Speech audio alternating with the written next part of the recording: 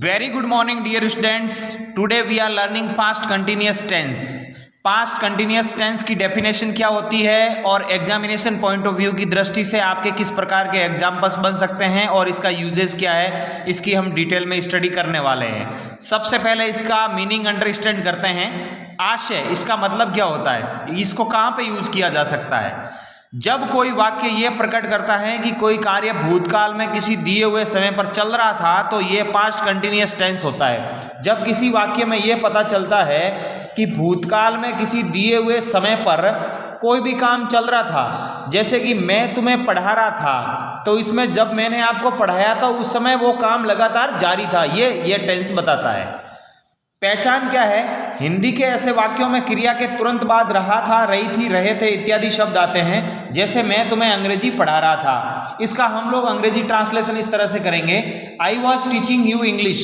अब आपको समझ में आ गया होगा कि इसमें वॉज और वर लगता है और आईएनजी लगती है मेन वर्ब के साथ में, हेल्पिंग वर्ब और मेन वर्ब ये प्रयोग होने वाली है।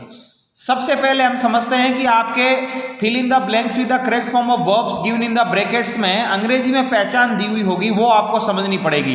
Then, at that time, at that moment, those days, while, in those days, ये वाले शब्द आपको इनमें से कोई भी एडवर्बियल्स यदि आपके एग्जाम्पल में दी हुई है तो आप उसको पास्ट कंटिन्यूअस टेंस का सेंटेंस समझेंगे। इस टेंस की हेल्पिंग वर्ब एचवी, वाज और वर होती है।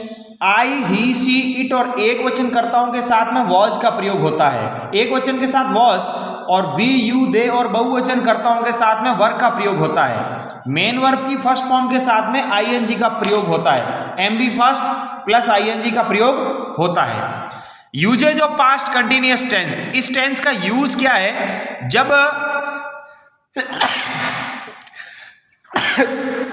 भूतकाल में दो कार्य एक साथ चल रहे होते हो या जारी रहे हो तो वाइल का प्रयोग करते हुए इस टेंस का प्रयोग किया जाता है। ऐसी स्थिति में दोनों कार्य इसी टेंस के अंतर्गत आते हैं, वाइल से कनेक्टिव हो जाएंगे और दोनों तरफ ही पास्ट कंटिन्यूअस आएगा। जैसे कि I was reading while my mother was cooking food. इस सेंटेंस का अर्थ यह हुआ, मैं पढ़ रहा था जबकि मेरी माताजी भोजन पका रही थी, जबकि दोनों काम साथ साथ में हो रहे होते हैं। Second sentence, Ramesh was playing while his brother was doing homework. Ramesh पढ़ रहा था जबकि उसका भाई होमवर्क कर रहा था, यानी कि दोनों काम भूतकाल में किसी समय पर साथ साथ लगातार जारी रहे। सेकंड इसका यूज है, भूतकाल में दो कार्य, एक कार्य समाप्त हो गया हो उसे पास्ट सिंपल टेंस में लिखेंगे, जबकि एक कार्य चल रहा हो उसे पास्ट कंटिन्यूअस टेंस में व्हेन का प्रयोग करते हुए लिखेंगे।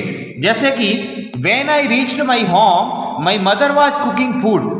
मैं जब घर गया, यानी कि घर जाने का काम समाप्त हो गया, मैं जब घर गया तब माताजी भोजन पका रही थी, यानी कि माताजी के भोजन पकाने का काम चल रहा था और मेरे घर जाने का काम समाप्त हो गया।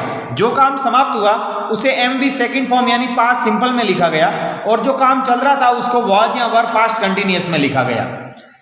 Next sentence, when he saw that man the man was walking in the street. जब उसने उस आदमी को देखा तब वह आदमी गली में चल रहा था, यानी कि उस व्यक्ति के चलने का काम जारी था जबकि देखने का काम पूरा हो गया।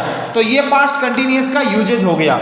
इसके बाद में मैं आपको कुछ और एग्जांपल्स देता हूं जो आपके एग्जामिनेशन पॉइंट ऑफ व्यू के हिसाब से वेरी इंपॉर्टेंट बनते हैं। जैसे कि the author was studying in the village then. अब मैंने आपको शुरू में पहचान बताई थी कि एक शब्द इसमें से आपको पकड़ना है अंग्रेजी पहचान कौन से टेंस का है, तो देन इसकी पहचान है। देन आया मतलब पास्ट कंटिन्यूअस, वॉज और वर प्रयोग होगा।